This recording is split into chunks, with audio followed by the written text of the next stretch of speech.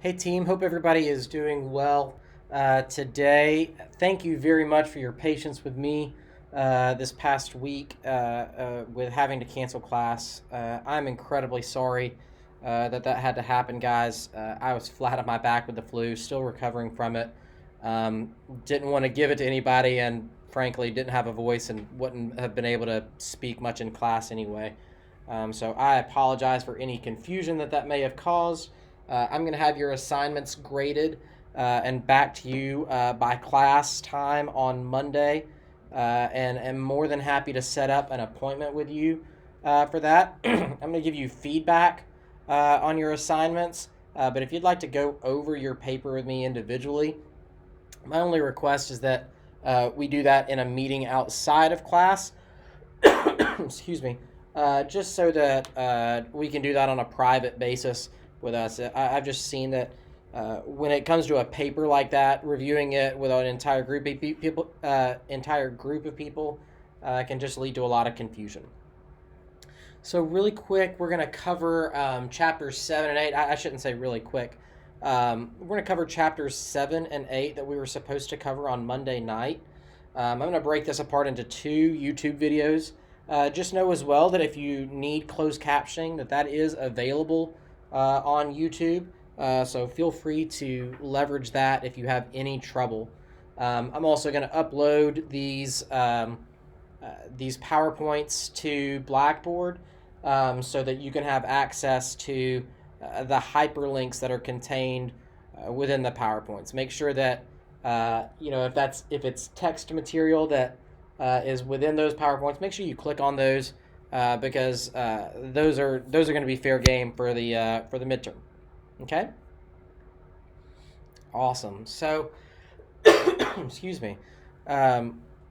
Keep in mind that when we discuss consumer behavior, we would be remiss if we pretended that we act solely as individuals in our behavior, right? Groups tend to influence our behavior when we purchase things, when we do things, right? We've all heard of peer pressure. We've all been influenced to purchase something that maybe we didn't want to purchase because of a group. We've all chosen a certain activity to do or a restaurant to go to or something like that because a group influenced us to do that when we might not have done that by ourselves. That group is simply defined as 2 or more individuals who share that set of norms, values, or beliefs. Right, so these are people who decide that they're wanting to spend time together for a certain reason. Right, when we discuss consumer behavior in the marketing sense, we also have what's called a reference group. Right, that reference group is the group that we look to as a basis for our current behavior. Right, so as a Georgia Bulldogs fan, I look to this certain group of people to decide what colors I wear, what logo I put on my shirt, or what logo not to wear, what colors not to wear, right? As a member, as a citizen of the United States of America, I look to other citizens as a reference group to, know what pledges of allegiance to say or what songs to sing, things like that. This is simply a group that you look to for the basis of your current behavior. Right there, when we look at a reference group, there are 4 specific criteria that I want you to know that's useful when we classify a certain group. Right? This is how we know that a reference group has taken place. Right? Number 1 is whether there's some type of membership. Right? So this is one of the easiest ways to tell whether a reference group is in place because you know definitively. Right? So think about it like a fraternity. You know whether someone's in or whether they're out based on whether they've placed membership. Right? I know definitively if you're a member of a certain sorority because they have it listed. They know it's not as if you're assuming that you're a member of this. You know definitively, right? You're in or you're out. That's the easiest way to tell whether a reference group is present. Number 2 is the strength of the social tie. So this is a bit of a weaker form of telling whether a reference group is in place, quite obviously, right? So when we talk about the strength of a social tie here, what we're talking about is how strongly you hold that allegiance to this certain group, and that comes in varying levels depending on what that group is. Right, so when it's a very strong social tie, we call that a primary group. Right, so think about your family and your very close friends. These are people that you interact with on a very regular basis. Right, so with these folks, you hold what they would have to say very closely. Right, if mom tells you that this is the certain type of clothing that you should wear, or if your best friend tells you that this restaurant is an outstanding place to eat, or if your very, very close brother or sister tells you that this is the type of clothing that you should wear to a certain event, you hold that information very closely, and you would tend to listen to that very closely. Right, when we talk about secondary groups as opposed to that, those are things like professional organizations, right? To where, yeah, you're certainly a member of that group, but how closely do you hold that social tie? I always liken this to the National Honor Society in high school, right? A lot of us were inducted into the National Honor Society when we were in high school or junior high school. But, if the National Honor Society told you that the Apple computer was the official computer of the National Honor Society, would that really hold a level of importance to you? Well, probably not, because you don't necessarily strictly identify with your membership with the National Honor Society from when you were in high school. Right, that's just not that strong of a social tie. So strength of a social tie, the second of the 4 criteria that's useful when we classify reference groups. Number 3 is the type of contact that takes place. So when we talk about type of contact, it's important to consider how digital has thrown this on its head, right? Because previously, the mentality was that direct contact, meaning face-to-face contact, was a much stronger form of connection than indirect contact. So, an online relationship or a relationship that took place at a distance. The internet has changed that dramatically. And we've seen that evidence borne out through things like working remotely, through co-working spaces, through social media networks, things like that. Right, to where a direct face-to-face contact is not necessarily the strongest indicator of how important that reference group is to you. For example, I worked for a marketing agency for 2.5 years and never met one of my bosses. She lived in Austin, Texas. I literally have no idea what she looks like. But we spoke on, almost a daily basis, and I would have considered her a part of my primary reference group, right? Her opinion was very important to me. She was my boss, but we never met. I literally didn't know what her face looked like. So that direct face-to-face contact, was not necessarily an indicator for us. Consider how social media has impacted this, right? It's oftentimes it's led brands to have the ability to foster a deeper connection to their consumers by, removing the importance that they interact with them on a face-to-face basis. We've all experienced that with being able to keep up with people that maybe we don't see on a day-to-day basis through things like social media and things like online chatting through Skype, or chatting through with text through tools like Slack or Facebook Messenger or WhatsApp. In a lot of ways, though, this is provide a misleading indicator as well, and provide false, a bit of a false indicator for the for whether indirect contact and direct contact are just this of the same importance. One of the examples that I like to share on this, number one, is the Lady Doritos controversy that happened last year, as well as how we keep up with maybe contacts that we had in high school. So last year, Frito-Lay had a big PR disaster when they were considering opening up a new line of their Doritos brand that was going to be more targeted towards women.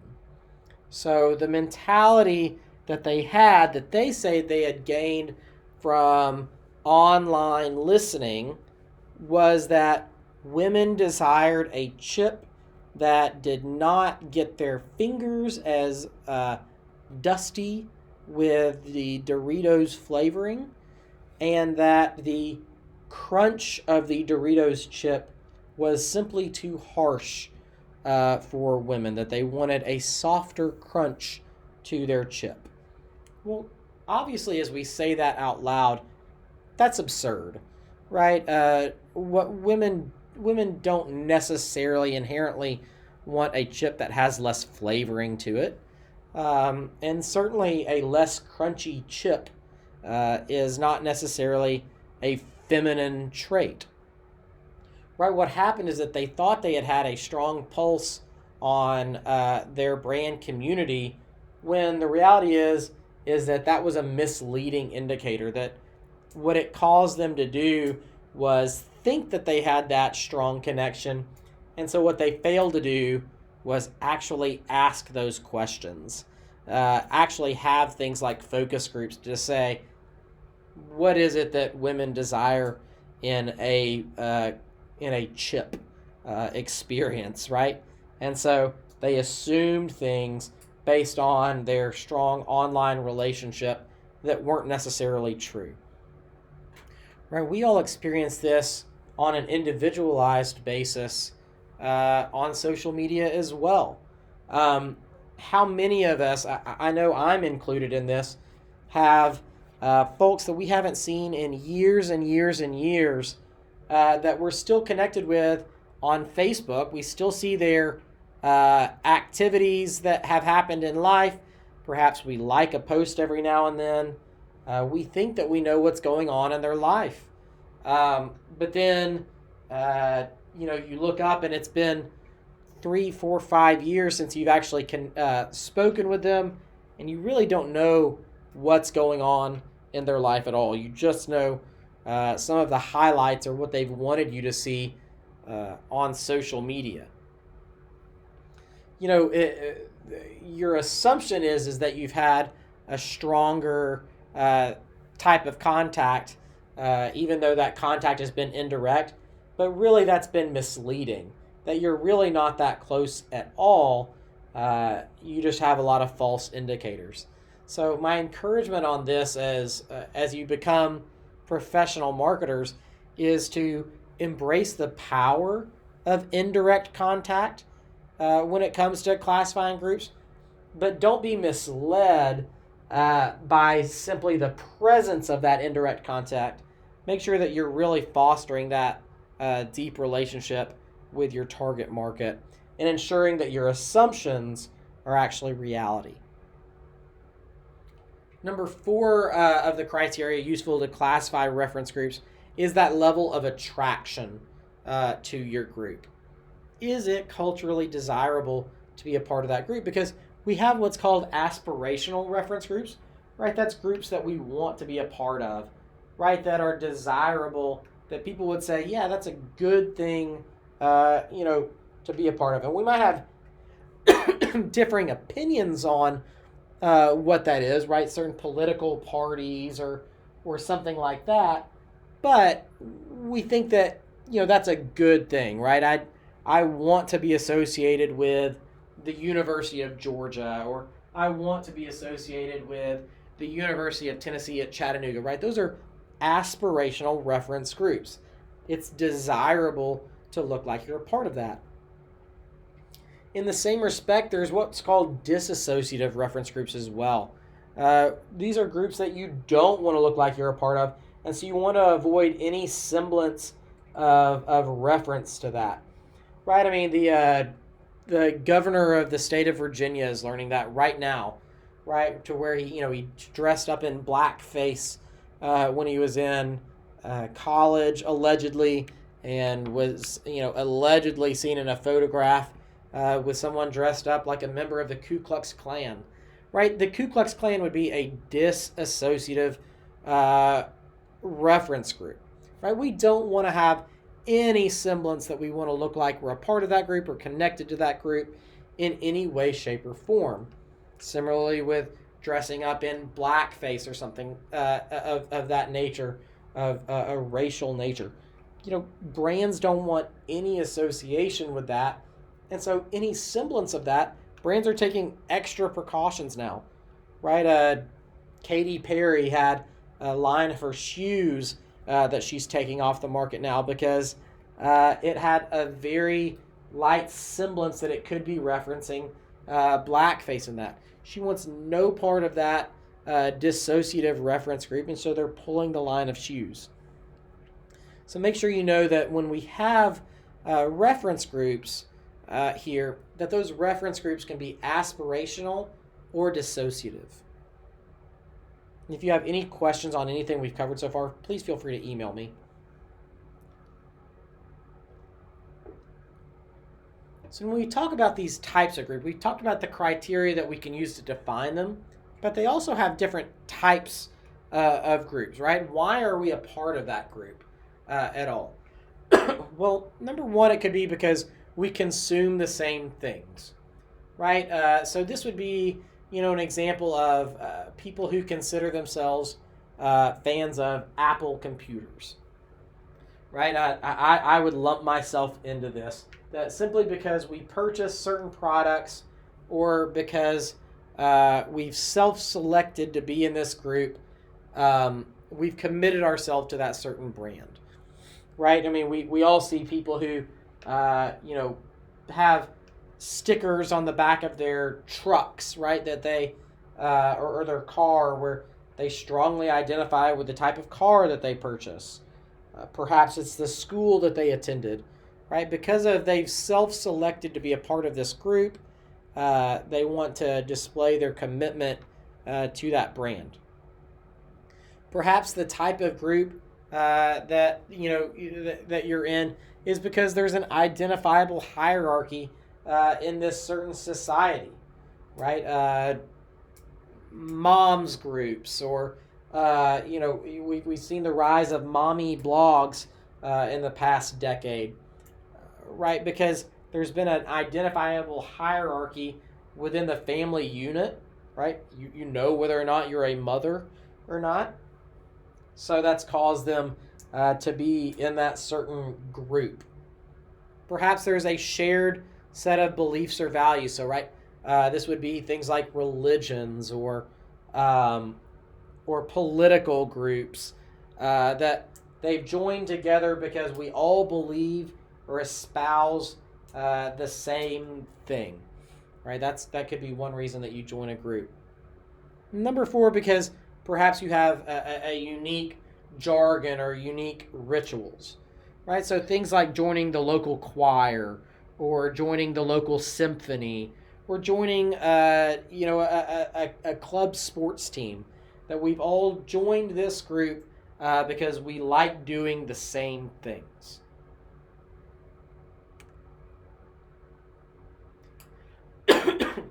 Reference group influences can extend not only to non-branded items uh, you know, like we said, of uh, an honor society or a certain group like that.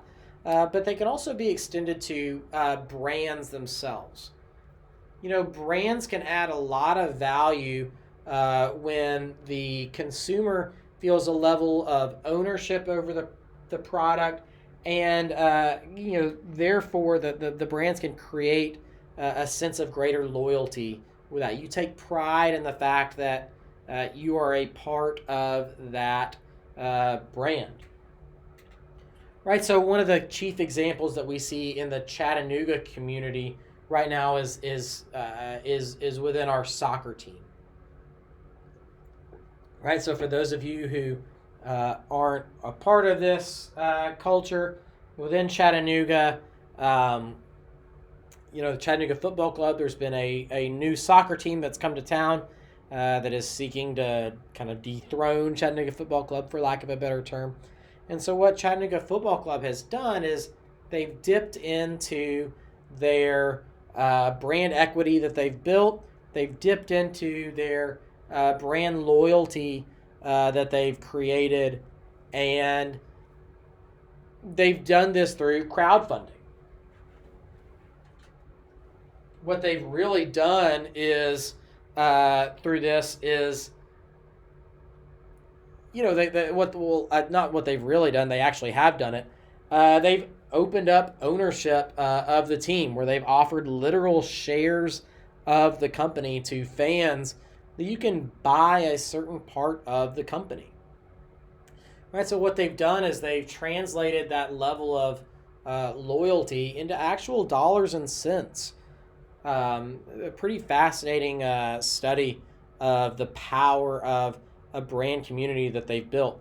The other team that's brand new to Chattanooga wouldn't have this opportunity because they haven't built up that deep-seated loyalty, that intense brand community that Chattanooga Football Club has. Right, so why are consumers loyal to certain brands? And why does that matter in a day and age that consumers are increasingly less and less loyalty? Well, loyalty happens, as data shows, largely because of the quality of a product and because of the level of service that consumers see. Far below that comes price. Right, so the way that brands can instill loyalty into their brand community is simply through the quality of the product and the way that they serve the consumer. 88% of consumers say that quality is what makes them loyal to the brand. And so why does a brand want to foster that sense of loyalty? Well, it can translate into dollars and cents. Over half of loyal consumers say that they don't even consider other brands at all. Right, one of the brands that I'm loyal to, as you guys have seen in class, is a shoe company called Chaco. Right, I just like their shoes. They feel good to me. They're easy to put on. They're convenient, and personally, I like the way that they look. When I go shoe shopping for a new type of shoe, right, I don't even consider another shoe. Chaco has taken me off the market. Nearly 70% of consumers say as well that when they feel that intense sense of loyalty, that they're likely to purchase more products from the brand that they would than they would another brand. Right, so people who are loyal to Apple products are more prone to purchase a new offering from Apple. Right, so the AirPods.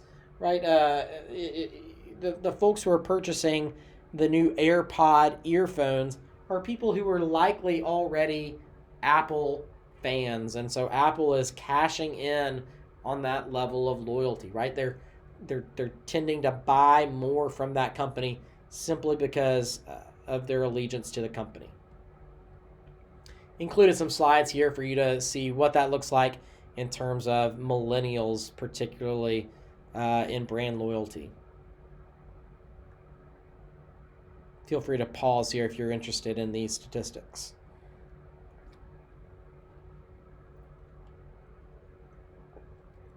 So when leveraging social media in your marketing, um, people regularly ask me because of my career, what should we do? What should we keep in mind when we're developing a social media community? Well, what consumers like, first of all, is transparency with your brand, right? It's just like a relationship. People value a level of transparency. They want to know that the other party is being honest with them um, and is not seeking to hide anything, right? That level of transparency means admitting when you mess up. It means showing your processes a little bit more. And telling more about your values as as a brand. It means being a part of the community that you seek to serve, right? So if your target market cares deeply about a certain topic, right? So we talked about earlier in the semester about Gillette with their "Best a Man Can Get" ad. Right, we talked about how the target market that Gillette is seeking to reach with that ad care deeply about the definition of masculinity and care deeply about depression and addressing mental health. Right, so they wanted to engage that community and show that they were uniquely a part of that community. And you want to make sure that you're taking advantage of the unique capabilities of that platform. So that means if you're on Instagram, let's say, or Snapchat, we're not just posting the same thing across all platforms. We're leveraging the power of each one, right? So Instagram, it's telling our story in a visually compelling manner, and then leveraging the Insta stories portion in the same way that we would Snapchat to be more slice of life, right? Showing things as they happen and giving consumers a sneak peek into the day-to-day happenings of our brand. On Facebook, it's seeking to cultivate a community. As I often do in class, I think nobody has done this better than Starbucks, right? So one of the challenges, I'll take you through a few of the challenges that Starbucks faced and how they showed this through all of their offerings.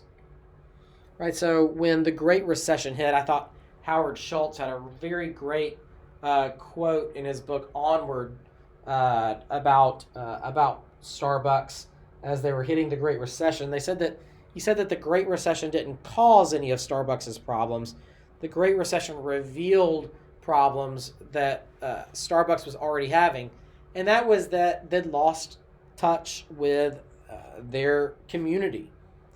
Right, and so one of the ways that Starbucks started to try to re-engage their community was through ditching things that were no longer a part, that weren't important to their community. So things like Santana CDs and a heavy focus on Starbucks music and all of these ancillary things, and refocusing on the production of high quality coffee and snacks.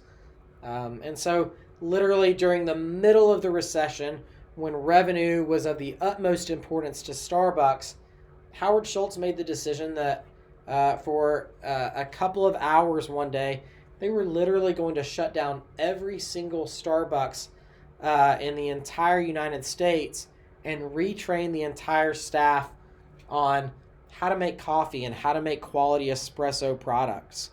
Right? It was an incredibly expensive decision, a tens of millions of dollar decision, just so that they could reconnect with the base roots of their service offering to consumers.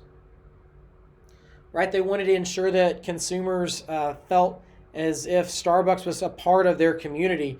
And so Starbucks rolled out a website called mystarbucksidea.com. So mystarbucksidea.com, think Reddit, but for customer service. So consumers could go to mystarbucksidea.com and submit an idea, and people could either upvote that idea or downvote that idea based on whether they thought that idea was of a significant level of importance. If an idea got enough upvotes and Starbucks saw enough traffic around that specific idea, they would have someone from corporate literally respond to that individual consumer so that the public could see that that idea was listened to and was heard in a very public manner, right? And so over 150,000 ideas were submitted in 5 years on mystarbucksidea.com, and 277 of those ideas actually were launched within the company. Not every one of those ideas was implemented in the company, but several were. Things like new flavors of products, so like the hazelnut macchiato, right? Things like free Wi-Fi were brought back into stores because of My Starbucks Idea. Happy hours to where you would get a buy one, get one free. Things like rewards on your birthday. Those little swizzle stick looking things that keep your coffee from splashing out of your cup when you're taking your coffee to go. Were born out of mystarbucksidea.com. Starbucks has leveraged this mentality as well of transparency and being a part of communities when they've undergone crisis situations as well. So I think we might all remember a few years ago when Starbucks Starbucks had a situation in Philadelphia where a manager of the Philadelphia store asked two African American patrons to leave the store because he or she manager felt as if these two men had not purchased a product, and so the manager asked them to leave the store. Well, the men who were asked to leave felt as if that decision happened because of the color of their skin, and Starbucks was embroiled in a big controversy of whether they were racially profiling their consumers. And so what Starbucks did in response to this was go back into their core values of transparency and community involvement. Right? So rather than just simply having a blanket apology that would have let this problem fester, what they did was have the CEO meet with these two individuals right away to offer not only an apology to the public, but to offer a personal apology, heartfelt apology to these two people, to let that apology be open to the public as much as these two individuals desired it to be. And they wanted to be transparent in how they were addressing this problem. So Starbucks shut down their stores for an entire hour to train staff across the entire country. Once again, a tens of millions of dollar decision to retrain their employees on how to interact with people on the basis of race and what the company values were and things like that. They recommitted themselves to the Philadelphia community to show that they were involved in the multicultural community in Philadelphia and across the country, so that an issue like this would never happen again, right? So transparency and showing that they were a part of that community.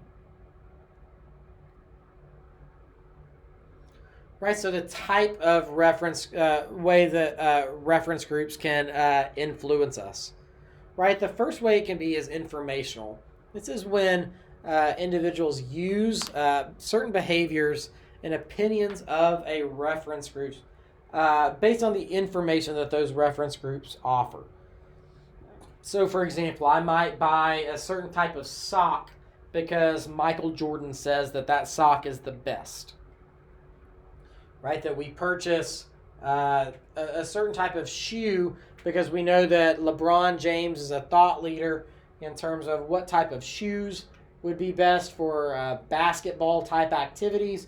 And so we purchased that shoe not because of the attributes of the shoe itself, but simply because LeBron James was wearing that shoe, and we thought that because LeBron James is that thought leader in that space, that the information that he would have to offer would be valuable. Right? That influence can be normative. So this is where we engage in a certain behavior and we join this kind of quasi group in an effort to gain a certain reward or to avoid a sanction like embarrassment. Right? Anybody who's been on a date in the past or been to a dinner meeting or been to a meal with a boss or something like that has probably engaged in this activity. If you're anything like me, right, where perhaps you don't know whether it's okay to order a drink with your meal, or you don't know how expensive of a meal that you should order. And so you wait until the person that you're with orders, and you just say, oh, I'll just have what he's having, or I'll have what she's having. Or if the boss orders a certain type of beverage, you say, wow, that sounds really good. I'll have that as well. Not because you actually wanted that beverage, or not because you actually wanted that, but you wanted to fit in, right? You wanted that level of validation, or you didn't want to be embarrassed because you ordered something too expensive, right? That's what's called normative influence, where we join we just kind of go along with the crowd because we simply want to fit in. This can backfire, though, as politicians have seen. A few years ago, when Ted Cruz was running for president, he sent out a mailer that sought to leverage the power of normative influence through this mailer that you're seeing in the bottom right. Right. So when this mailer went out to Iowa caucus voters, it appeared to show whether or not you had voted in previous elections, and so it gave you a grade, right? And the goal of the mailer was to say, we know whether or not you voted, and we also know whether or not your neighbors have voted, and so don't be embarrassed in front of your neighbors because we'll share whether or not you voted with your neighbors, right? Seeking to say, vote in this so that you won't be embarrassed. That really backfired on him. A lot of people thought that was an invasion of privacy and things like that. But, it also showed that, people don't want to be embarrassed in front of their neighbors. And so a lot of people might have gone out to vote when, maybe they wouldn't have previously, simply to avoid embarrassment. Right, that reference group influence might be because you have such a deep-seated allegiance to this group that you've internalized their values so much that it just becomes a part of who you are. Right, we live in the Southeast where college football is king, right? And so your allegiance to a certain sports community might dictate what you wear on your wedding day, or we've seen things like people want to have their ashes scattered in a certain sports stadium or things like that,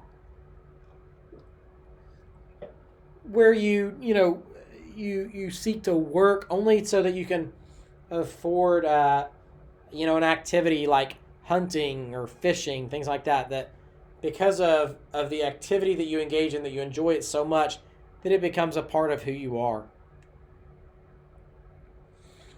Right, so what are the situations that lead to a high level of group influence? Right, number one, it's how visible that is. If people can really tell whether or not you're using that product.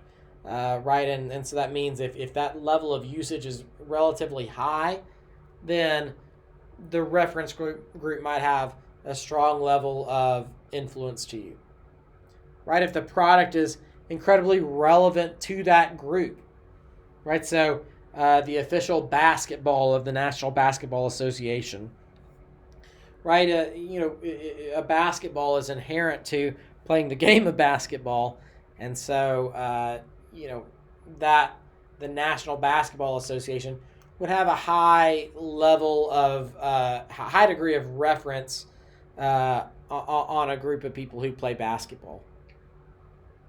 Right? It might also be a level of low purchase confidence. Right? So we don't know, a lot of consumers don't know a lot about how cars work, for example.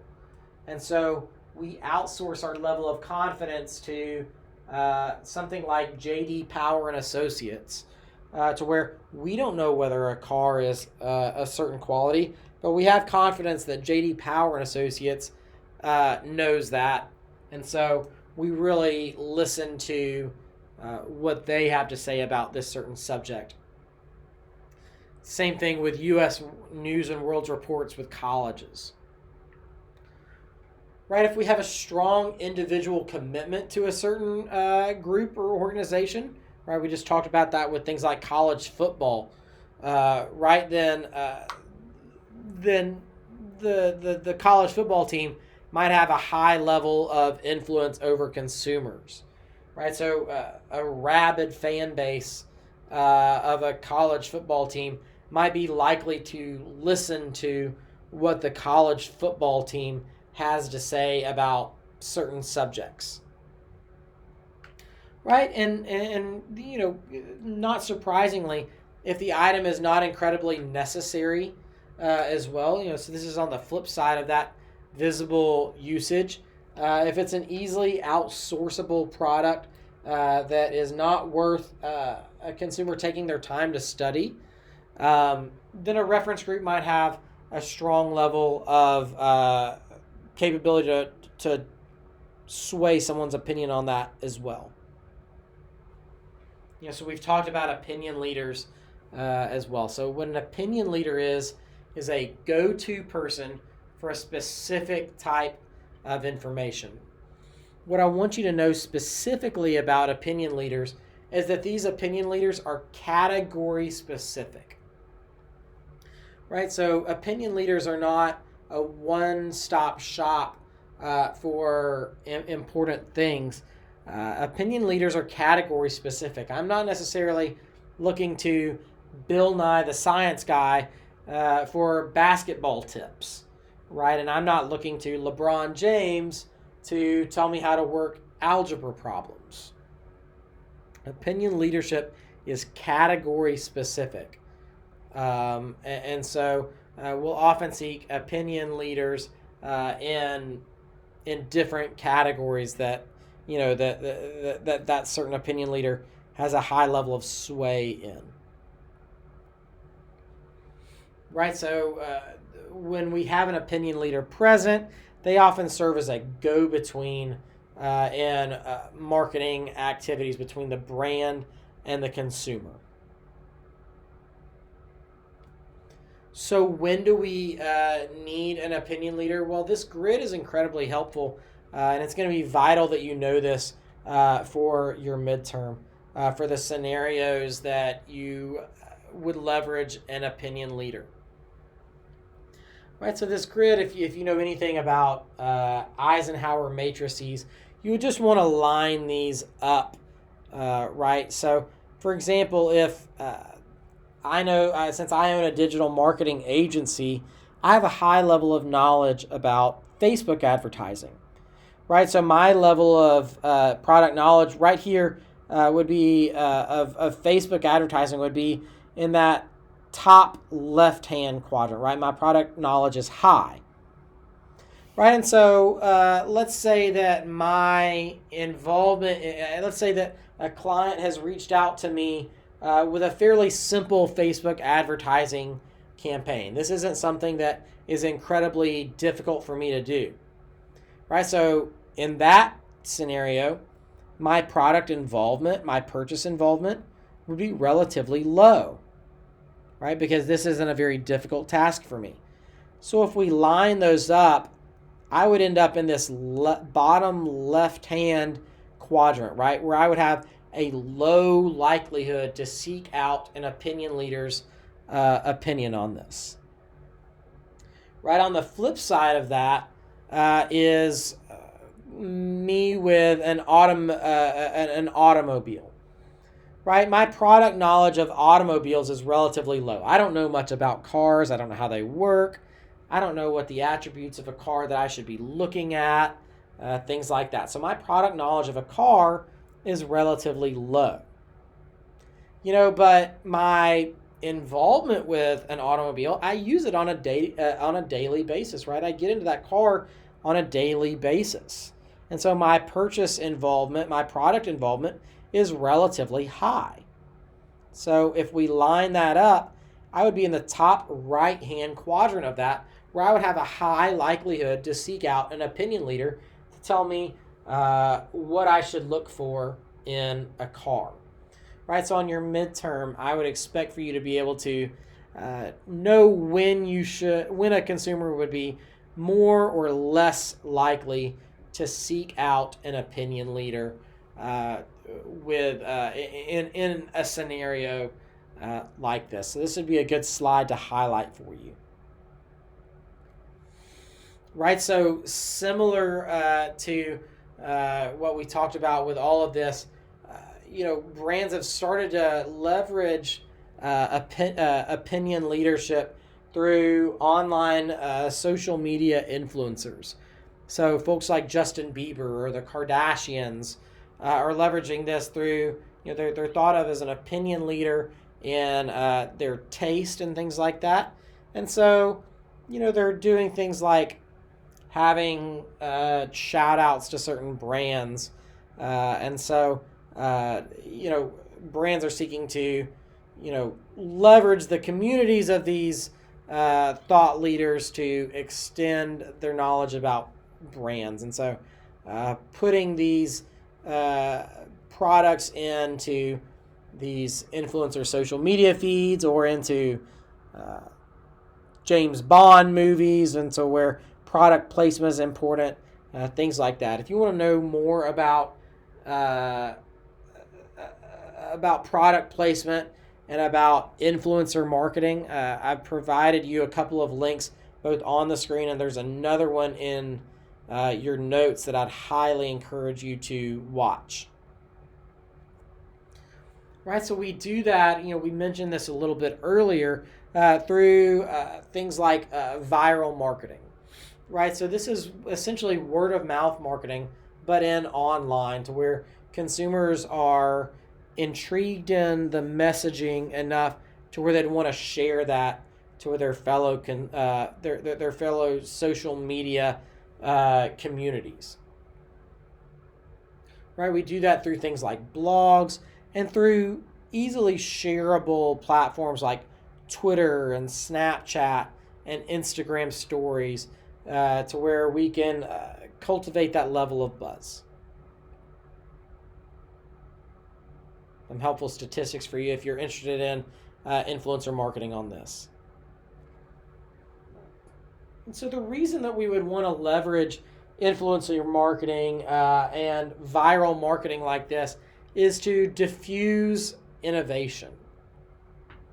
Right, so innovation is an idea, practice, or a product that can be perceived as a new thing for consumers, such as the thing that we see in the bottom right, which is a new way to do laundry.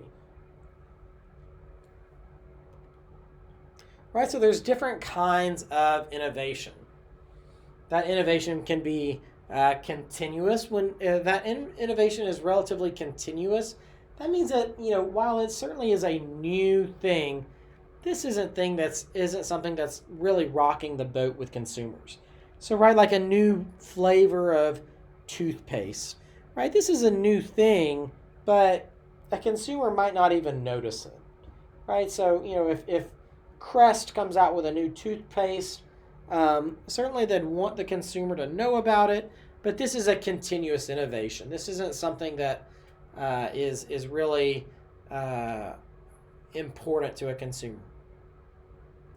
The middle ground of that is what we would call dynamically continuous. This is a moderate shift to a very important behavior, right? So Amazon Prime did not necessarily change how consumers purchase things online. It didn't necessarily even result in a massive change in Amazon's website. But what it did do was make a shift in a very important behavior, right? Online shopping, right? So it meant that shipping was now free, right? That's an important change for a brand to pay attention to, right? When Brooks Brothers develops a collared shirt that doesn't have to be ironed, right? They're not changing shirts in general, but what they are doing is making an activity that is typically associated with that apparel, making that activity irrelevant now. Right, and then we have something that's called discontinuous innovation.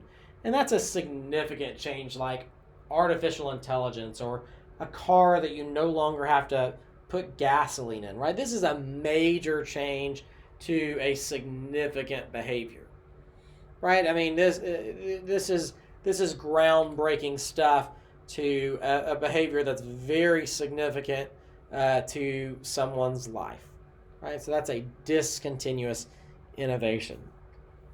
We've all seen these types of bell curves with the diffusion of innovation as well, right? And the way that things are diffused throughout,